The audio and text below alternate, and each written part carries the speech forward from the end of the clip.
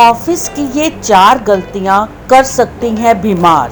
दोस्तों, ऑफिस में हम अपना काफ़ी समय बिताते हैं। अगर हम बीमार हो जाते हैं तो हो सकता है कि इसके लिए हमारे ऑफिस का रूटीन भी कहीं ना कहीं जिम्मेदार हो। जाने अनजाने में हम खुद भी ऑफिस में बीमारी को पाल लेते हैं।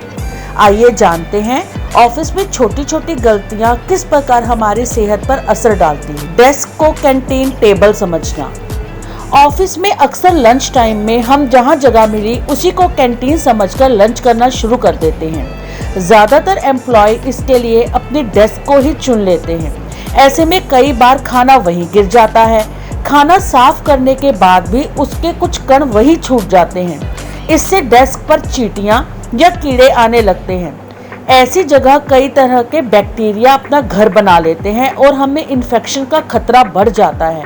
इसलिए ऑफिस की डेस्क पर खाना खाने से बचें। ड्रॉअर में खाने की चीजें रखना। अक्सर हम थोड़ा बहुत खाने का सामान अपने साथ रख लेते हैं। हम में से काफी लोग घर से जल्दी में निकलते हैं तो नाश्ते के तौर पर खाने की चीजें अपने साथ रख लेते हैं। अगर खाने की कुछ चीजें बच जाएं तो उन्हें ड्रॉअर में डाल देते हैं। आखिर में होता यह है कि हम उस चीज को खाएं ना खाएं, लेकिन रात भर चूहे, चींटी और कॉकरोच उस खाने का लुत्फ उठा रहे होते हैं।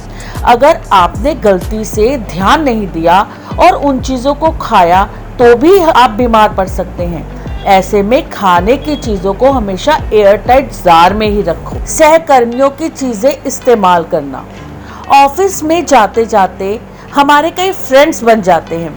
ऐसे में ज़रूरत पड़ने पर हम उनसे कुछ सामान भी शेयर कर लेते हैं, लेकिन हम ये भूल जाते हैं कि हर सामान यूज़ करना सही नहीं होता। अगर हमारे ऑफिस में कोई साथी बीमार है तो उसके साथ सहानुभूति तो रखें, लेकिन उसके खाने की प्लेट में खाना ना खाएं। दूसरों की सेहत का ख्याल न रखना। अक्सर हम दूसरों की बीमारी में खुद के लिए तो सावधानी बरत लेते हैं, लेकिन जब हम खुद बीमार पड़ते हैं तो ऑफिस जाने लगते हैं।